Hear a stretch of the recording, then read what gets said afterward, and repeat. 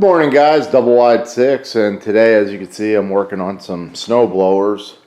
Both these today happen to be Craftsman. This one, the issue is that it's really hard to start. It'll start and die. It'll run on choke a little bit. So if you got a snow blower like this, I'm going to show you how to fix it. Basically, you have a fuel issue and the carburetor needs to be cleaned. So we'll take you through the process to get in here and access that carburetor. These engines are pretty good, and this quiet technology is actually really good on these Craftsmen. So once we start this thing up, you'll hear how quiet it is. It's surprising. We got to remove some bolts to get into the carburetor. And on the left side of the machine, there's two up top that are 10 mil holding on the gas tank, and then there's two on the left. So we'll start with those bolts, and then we'll start popping off our knob so we can access that cover.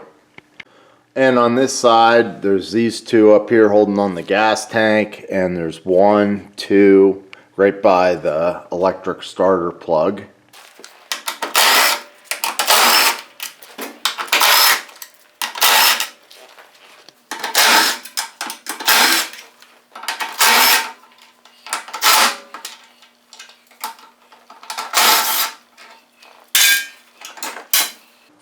So we have this cover loose, so I'm going to pull the key out. This plastic knob, you want to get a screwdriver in here, a good size screwdriver, and just try and pry on that. That should pop off. Sometimes they stick a little bit, and now this needs to pull off, and I usually use a slide hammer for that. So these guys stick usually, so with my slide hammer, we can pop that right off. We should now be able to peel back and remove this cover. I see a primer line on here.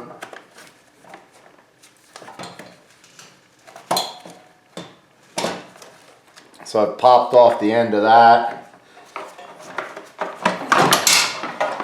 There we go. There's an electrical connection, so just be careful of that. So I'm going to get the tank out of the way.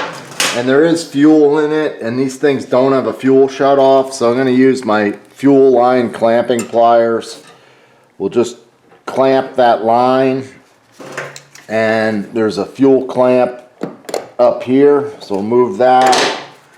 And we should be able to, with these removal pliers, we'll twist this a little bit, and we should be able to walk the fuel line off. Sometimes they stick a little bit like this one.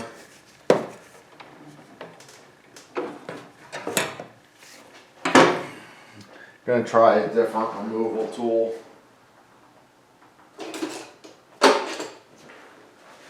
These are hose clamp removers. Just try and slip them in here, get a little more leverage.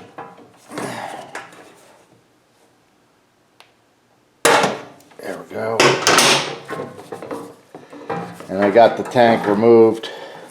I'm just going to tip it up and get it out of the way. Two more 10 mils here on the carb.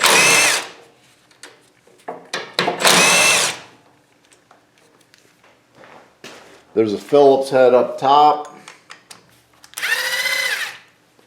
So this should remove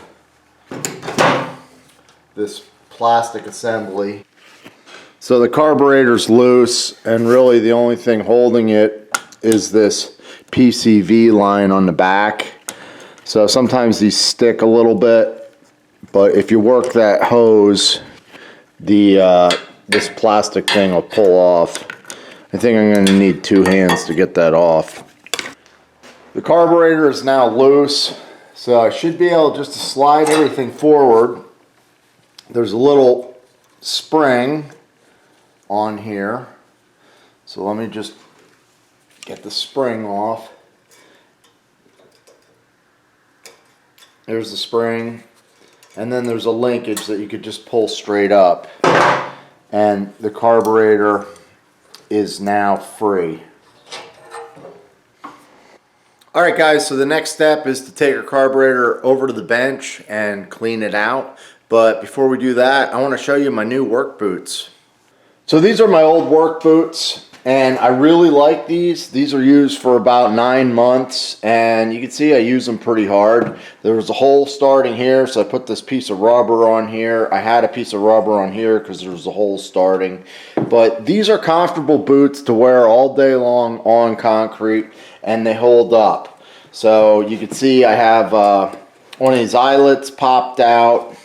The leather is worn pretty hard. This in here is really spongy. The sole is in good shape. You can see this is from stepping on hot metal that I've welded. There's a couple spots.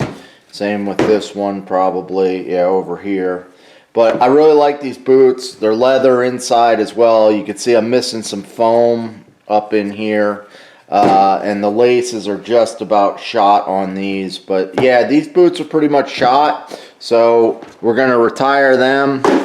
And I'm wearing today these High-Cia boots, and they're a very similar work boot. However, with this boot, I went with the steel toe. Now, the things I like about this boot are, once again, they have a sole that doesn't pick up a whole lot of dirt, so if I'm out in the grass, it also has this foam cushion. It also has this nail thing here that, you know, if you step on a nail, it won't penetrate the boot. It's stitched all the way around. On the back, they have this extra tab of leather. You can see it's double sewn. It also has rivets on it. A lot of times the back of the boot right here, this tends to break out. And I also get wear in the front of my boots. So this time I went with the steel toe, where my old boots were mock toe, which I find a little bit more comfortable.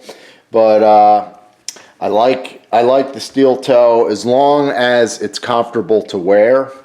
So we'll have to see how these do with wear. Another thing that I like about this boot is you can wrap the strings around here, and that's a little easier. And you know, that's different than my old boot, but I do like that. Now inside this boot, it has fabric in here, which this is probably all going to wear out pretty quick, and we'll see how the leather on the outside holds up. I'd prefer a boot that actually has leather on the inside, because then it's completely breathable. So these boots I got for free. They were sent out to me to try out, so I'm going to be trying them out, and you can watch my videos throughout the next year and see how they hold up for me. So I'd like to thank High-Cia for sending out the boots. We'll put a link down below to their product, and there should also be some money off for you guys if you're interested. There's a metal bracket on here, and what we want to do is just show you how that links on here. So this linkage goes here, kind of around the fuel line, and then it hooks on this little tab over here. So I'm just going to kind of remove the whole thing. You want to make a note of that so you don't get that screwed up. And now we're going to get into the carburetor. You want to pay attention to how the drain bolt is on the bowl. So I'll put a mark here. This and that will line up. That way there's easy access to drain it, and that's probably what the customer didn't do at the end of the season. So pop that out. You can see, looked like there was a little bit of water in there. I'll let that fuel settle and I'll try and take a look at it. So I'm looking at the fuel. There was already dirt in this pan, but I am not seeing any water, so that's good. Pop the bowl off, pull out the pin, get the float off there, the needle. This thing looks pretty good. It's probably just clogged in the main jet. So we'll try and unscrew this.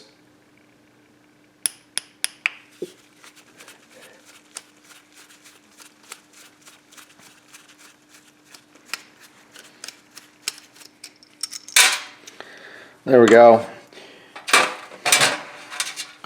Usually these two things here, the emulsion tube and the main jet, are what get clogged up. Up here is the idle speed adjustment. I'm going to pull this out. And then down below that, this little plastic plug right here. This is the idle circuit, or low speed. Sorry, the low speed. We'll pull that out.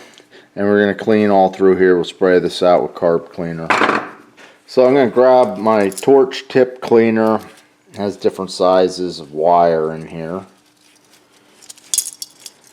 And I'm just going to open up all these passages and make sure that there's no blockage. This main jet, I held it up to the light. It looks fine. So that's definitely open. I noticed the emulsion tube was completely clogged. So that is the issue. I'll use the widest tip cleaner here. And I'll try and push this through and see if we can push out anything that's clogged in here. Look at that. Ooh, caught a piece of my glove. But it's still stuck. And look at the tip of that. That's what just came out of there. See the tip of that? And I couldn't see any light through there. So I held this up and tried to look at a light bulb. And I couldn't see through. So that's what we got in there, and that is our problem. So we're just going to go through, we'll clean this guy out. All these little holes on the side of the emulsion tube, a lot of times these get clogged up. So the smallest wire in my torch tip cleaner should fit right through there.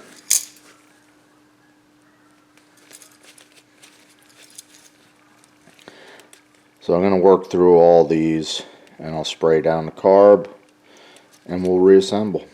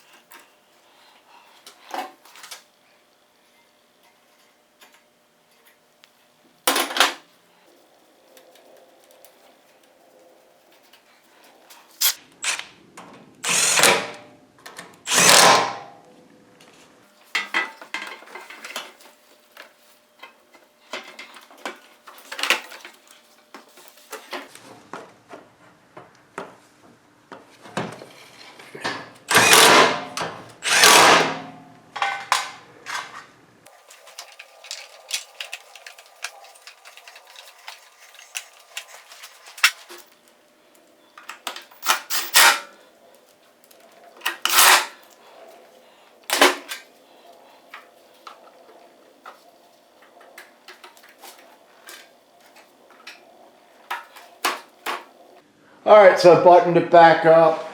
We're gonna try and start it.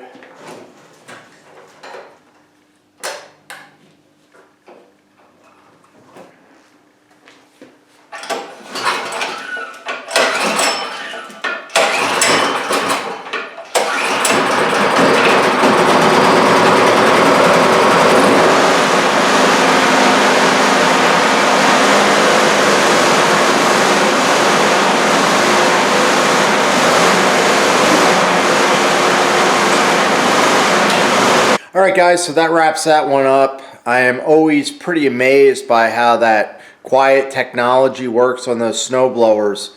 The engines are really a lot quieter. It's a lot like a generator.